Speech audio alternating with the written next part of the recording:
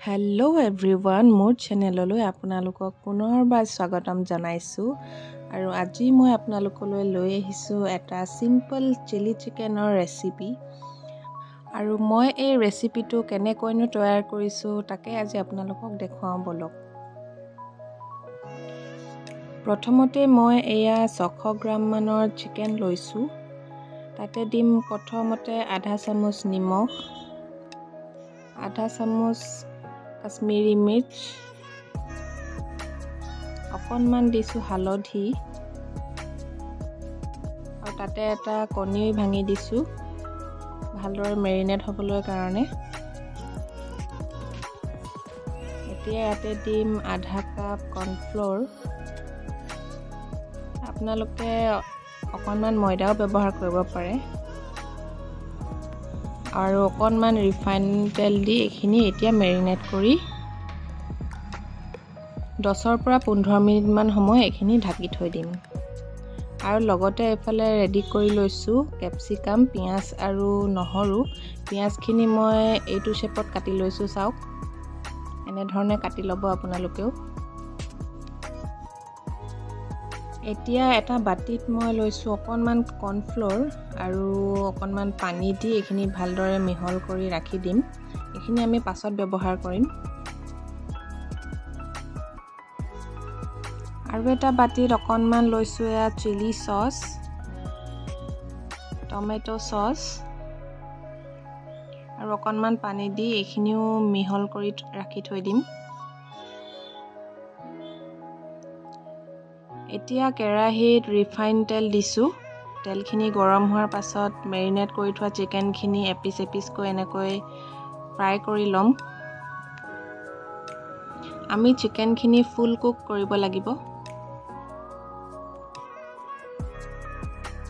একেবাৰে ভালদৰে এইখিনি সিজাই দিম। এতিয়া এয়া ফ্ৰাই কৰি হৈ গ'ল, এইখিনি এতিয়া উলিয়াই ল'ম।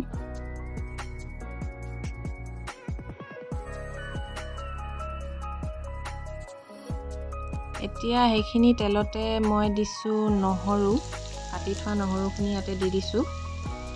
তাৰ পাছত দিছোঁ এয়া কাটি থোৱা পিঁয়াজ আৰু কেপচিকামখিনি দি দিছোঁ। এতিয়া এইখিনি ভালদৰে লৰাই লৈ তাতে দিম অকণমান নিমখ।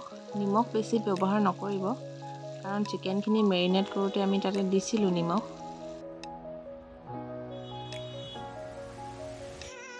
আৰু অকণমান দিছোঁ হালধি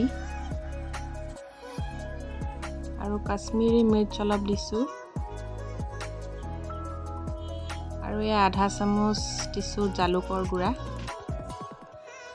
আপোনালোকে জলকীয়াও ব্যৱহাৰ কৰিব পাৰে। মই ইয়াতে অকণমান জালুকহে ব্যৱহাৰ কৰিছোঁ। আপোনালোকে যদি জ্বলা খাই ভাল পায় তেনেহ'লে জলকীয়াও ব্যৱহাৰ কৰিব পাৰে। আৰু এতিয়া এই চচখিনি যে ঘুলি থৈছিলোঁ সেইখিনি ইয়াতে দি দিম।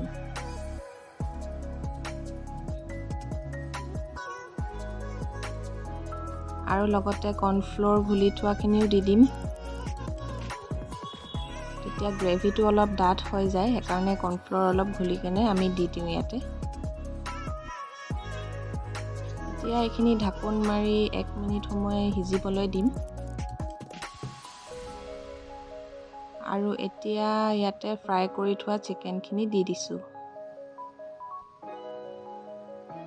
এইখিনি ভালদৰে লৰাই মেলি ভালদৰে মিক্স কৰি এনেকৈ এইখিনি আমি ঢাকোন মাৰি ল' ফ্লেমত আমি এইখিনি 5 মিনিটমান সময় এনেকৈ সিজিবলৈ দিম, একেবাৰে ল' ফ্লেমত।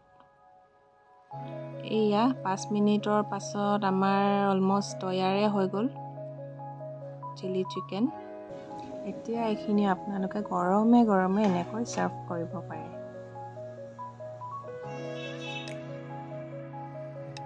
আৰু এতিয়া আমাৰ ঘৰৰ গুণগুণে টেষ্ট কৰিব।